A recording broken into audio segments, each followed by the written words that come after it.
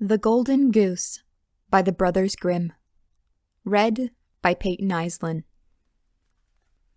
There was a man who had 3 sons, the youngest of whom was considered very silly, and everybody used to mock him and make fun of him. The eldest son wanted to go out and cut wood in the forest, and before he left home his mother prepared beautiful pancakes and a bottle of wine for him to take with him, so that he might not suffer from hunger or thirst. As he entered the forest he met a grey old man, who bade him "Good morning," and said, "Give me a little piece of cake out of your basket, and a drop of wine out of your bottle, for I am very hungry and thirsty." But the clever son replied, "What? Give you my cake and my wine? Why, if I did, I should have none for myself. Not I, indeed, so take yourself off." And he left the man standing and went on. The young man began cutting down a tree, but it was not long before he made a false stroke. The axe slipped and cut his arm so badly that he was obliged to go home and have it bound up. Now, this false stroke was caused by the little grey old man. Next day the second son went into the forest to cut wood, and his mother gave him a cake and a bottle of wine. As he entered the wood, the same little old man met him, and begged for a piece of cake and a drop of wine. But the second son answered rudely, "What I might give to you I shall want myself, so be off." Then he left the little old man standing in the road, and walked on. His punishment soon came. He had scarcely given 2 strokes on a tree with his axe, when he hit his leg such a terrible blow that he was obliged to limp home in great pain. Then the stupid son said to his father, "Let me go for once and cut wood in the forest." But his father said, "No, your brothers have been hurt already, and it would be worse for you who don't understand woodcutting." The boy, however, begged so hard to be allowed to go that his father said, "There, get along with you. You will buy your experience very dearly, I expect." His mother, however, gave him a cake which had been made with water and baked in ashes, and a bottle of sour beer. When he reached the wood, the very same little old man met him, and after greeting him kindly said, "Give me a little of your cake and a drop from your bottle, for I am very hungry and thirsty." "Oh," replied the simple youth, "I have only a cake which has been baked in ashes and some sour beer, but you are welcome to a share of it. Let us sit down and eat and drink together." So they seated themselves, and lo and behold, when the youth opened his basket, the cake had been turned into a beautiful cake, and the sour beer into wine. After they had eaten and drank enough, the little old man said, "Because you have been kind-hearted and shared your dinner with me, I will make you in future lucky in all you undertake. There stands an old tree. Cut it down, and you will find something good at the root." Then the old man said, "Farewell," and left him. The youth set to work, and very soon succeeded in felling the tree, when he found sitting at the roots a goose, whose feathers were of pure gold.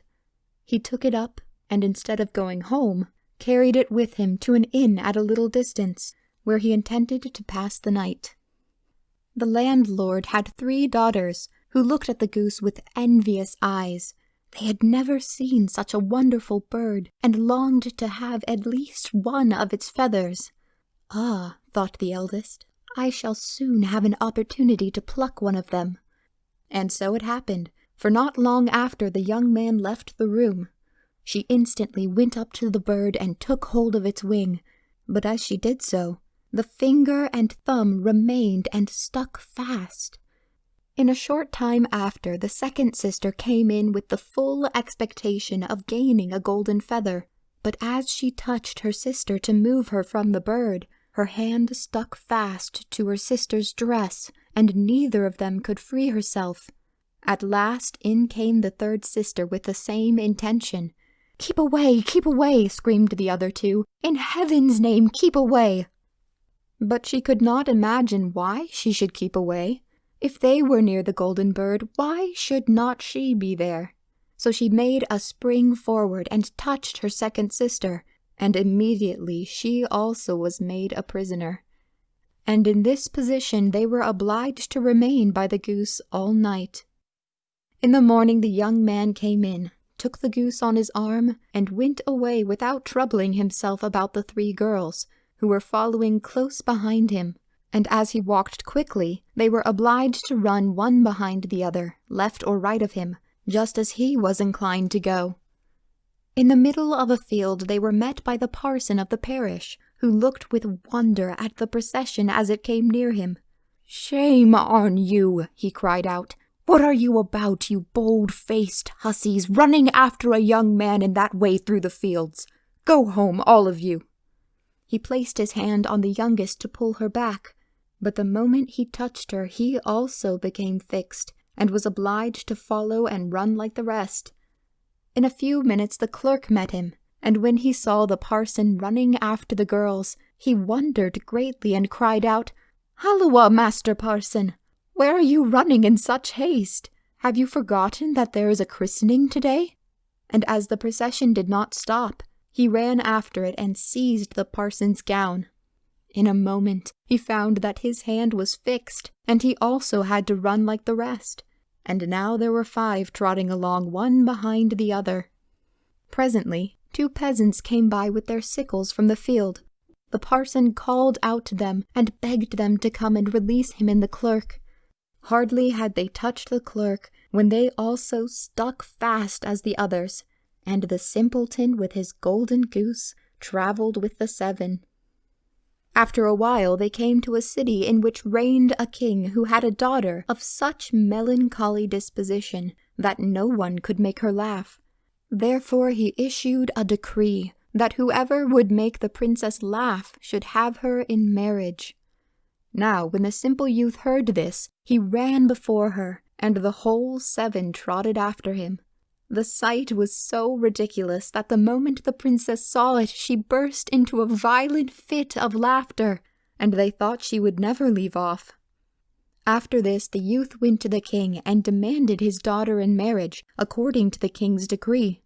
But his majesty did not quite like to have the young man for a son-in-law, so he said that, before he could consent to the marriage, the youth must bring him a man who could drink all the wine in the king's cellar. The simpleton went into the forest, for he thought, "If anyone can help me, it is the little grey man." When he arrived at the spot where he had cut down the tree, there stood a man with a very miserable face. The youth asked him why he looked so sorrowful. "Oh," he exclaimed, "I suffer such dreadful thirst that nothing seems able to quench it, and cold water I cannot endure. I have emptied a cask of wine already, but it was just like a drop of water on a hot stone." "I can help you," cried the young man. "Come with me, and you shall have your fill, I promise you." Upon this he led the man into the king's cellar, where he opened the casks one after another, and drank till his back ached, and before the day closed he had quite emptied the king's cellar. Again the young man asked for his bride, but the king was annoyed at the thought of giving his daughter to such a common fellow, and to get rid of him he made another condition. He said that no man should have his daughter who could not find someone able to eat up a whole mountain of bread. Away went the simpleton to the forest as before, and there in the same place sat a man binding himself round tightly with a belt, and making the most horrible faces.